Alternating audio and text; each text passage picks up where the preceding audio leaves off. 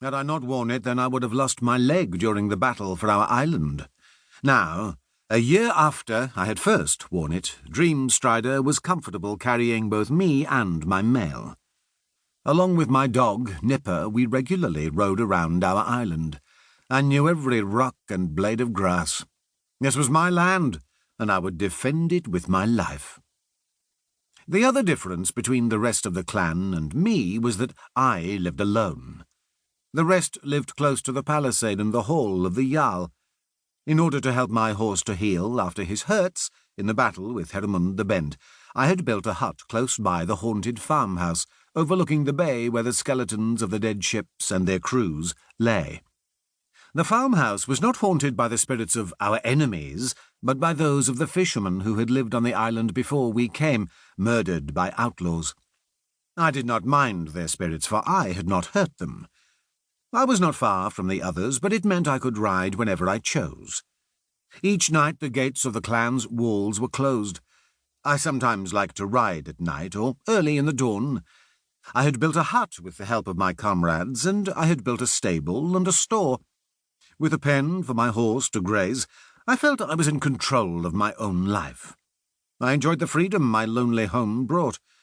I had been a slave for many years, and now I had my own home. I had my horse and my dog. I was content.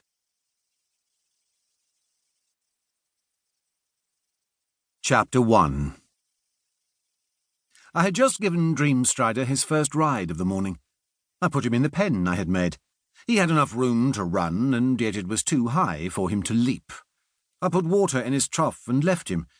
He would be happy enough. I walked, with Nipper in close attendance, south to the home of the clan. It was not a large island, and it did not take me long. I stood at the gate and watched the activity inside the walls. After the silence of my home, it always seemed to be a noisy, bustling place. Bagseg, the smith, would be hammering away at his forge. Children would be running around making noises, and the dogs would be barking at each other. Nipper, my dog, who walked next to me, did not bark. He was a lonely dog. If any of the clan's dogs came near, then he bared his teeth. He was very protective, and they had all learned to keep their distance. He was an extremely good ratter. No vermin nested in Dreamstrider's stable. He was my dog, and Dreamstrider and I were his priorities. I was lucky. Hrolf! You must have something of the Goldramen in you. Siggy Whitehair strode over to me from his turf-covered house. Why? I was here 3 days since. What has happened? The Jarl has decided that we need to raid again. I cocked a quizzical eye at him. We had more fights 2 nights since. Eystein Arneson and Eric Longhair got drunk and fought over a woman. Eystein lost an eye, and Eric will limp for some time to come.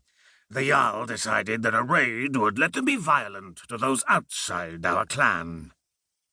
Fights such as this were normal, but never welcome. Had one of the 2 men died, then there might have been a blood feud. That could destroy a clan. One, Eystein, was Ravenwing, and the other, Eric, came from the crew of Sea Serpent. Where does he think to raid? I pointed back to my home. The land to the east of us? The river there has many treasures. He has not decided. Behold a thing at noon. That is why I said you must have the second sight. I was about to fetch you. I am not important. Why does the Jarl need me? He laughed. You were a slave too long. All the men of the clan take part in a thing. We have to have the views of it all. It saves arguments. Come. Bridget, the alewife, has a fresh brew. He added confidentially. Eric One Hand also asked the Jarl if we could raid, for his wife needs more barley and grain for the ale. It would not do to run out. This island is a good home, but we cannot keep up with Bridget's needs. Eric, along with Rurik One Ear, had helped me to defend the island from the band of murderers and outlaws. It made us close. As soon as he spied me, Rurik One Ear came over. You are like a hermit these days, Hrolf the Horseman. You both have your women for company. What do you need of someone who smells of horse sweat and shit? They laughed, and Rurik said, We put up with that for your wit, Hrolf. Are you here for the thing? Well, I was not, but now that I know it is here, I'll stay. Eric put his good arm around me.